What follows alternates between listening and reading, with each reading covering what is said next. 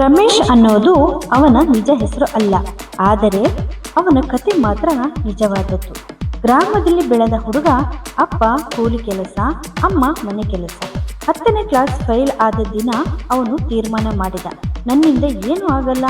ಮುಂಬೈಗೆ ಕೆಲಸಕ್ಕೆ ಹೋಗಿದ್ದ. 3 ತಿಂಗಳ ಕೆಲಸ ಮುಗಿಯಿತು. ಬಾಡಿಗೆ ಕೊಡಲಾರದೆ ರೂಮ್ನಿಂದ ಹೊರಗೆ ಹಾಕಿದರು. ಆ ರಾತ್ರಿ ಅವನು ರೈಲು ನಿಲ್ದಾಣದ ಬೆಂಚ್ ಮೇಲೆ ಮಲಗಿದ್ದ. ಆ ಬೆಂಚ್ ಮೇಲೆ ಅಳುತ್ತಾ ಕೂತಿದ್ದ. ಒಬ್ಬ ಚಾ ಮಾರುವ ತಾತ ಬಂದು ಕೇಳಿದ, ಬದುಕು ಮುಗಿದಂತೆ ಕಾಣುತ್ತಿದೆ, ಆದರೆ ನೀನು ಇನ್ನೂ ಉಸಿರಾಡುತ್ತಾ ಇದ್ದೀಯಾ? ತಾತ ಹೇಳಿದ ಆ ಮಾತು ಅವನಿಗೆ ಟರ್ನಿಂಗ್ ಪಾಯಿಂಟ್ ಆಯ್ತು. ಮುಂದಿನ ದಿನದಿಂದ ರಮೇಶ್ ಏನ್ ಮಾಡಿದ ಗೊತ್ತಾ? ಬೆಳಿಗ್ಗೆ 5 ಗಂಟೆಗೆ ಎದ್ದು ಚಹಾ ಅಂಗಡಿಗೆ ಉಚಿತವಾಗಿ ಕೆಲಸ ಮಾಡುತ್ತಿದ್ದ. ಬದಲಾಗಿ ಅವನು ಕೇಳಿದ್ದು ಒಂದೇ, ನನಗೆ ಈ ಕೆಲಸ ಕಲಿಸಿ.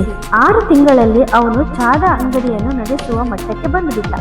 ಇವತ್ತು ಅದೇ ಹುಡುಗ ಒಂದು ಅಂಗಡಿಯಲ್ಲ, 3 ಚಹಾದ ಅಂಗಡಿಗಳ ಮಾಲೀಕ. ತನ್ನ ಊರಿಗೆ ಮರಳಿ ಹೋಗಿ ಇನ್ನೂ 2 ಬಡ ಹುಡುಗರಿಗೆ ಕೆಲಸ ಕೊಟ್ಟಿದ್ದಾನೆ. ಅವನು ಈಗ ಹೇಳುವುದು ಒಂದು ಮಾತು, ನಾನು ಸೋತಿಲ್ಲ, ನಾನು ಕಲಿತೆ, ನಾನು ಕುಸಿದಿಲ್ಲ, ನಾನು ಗೆದ್ದೆ.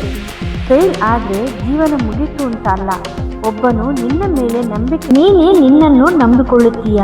ಶುರು ಮಾಡಲು ದೊಡ್ಡ ಅವಕಾಶ ಬೇಕಾಗಿಲ್ಲ, ಸಣ್ಣ ನಿರ್ಧಾರ ಸಾಕು.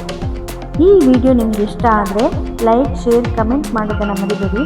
Thank you for watching.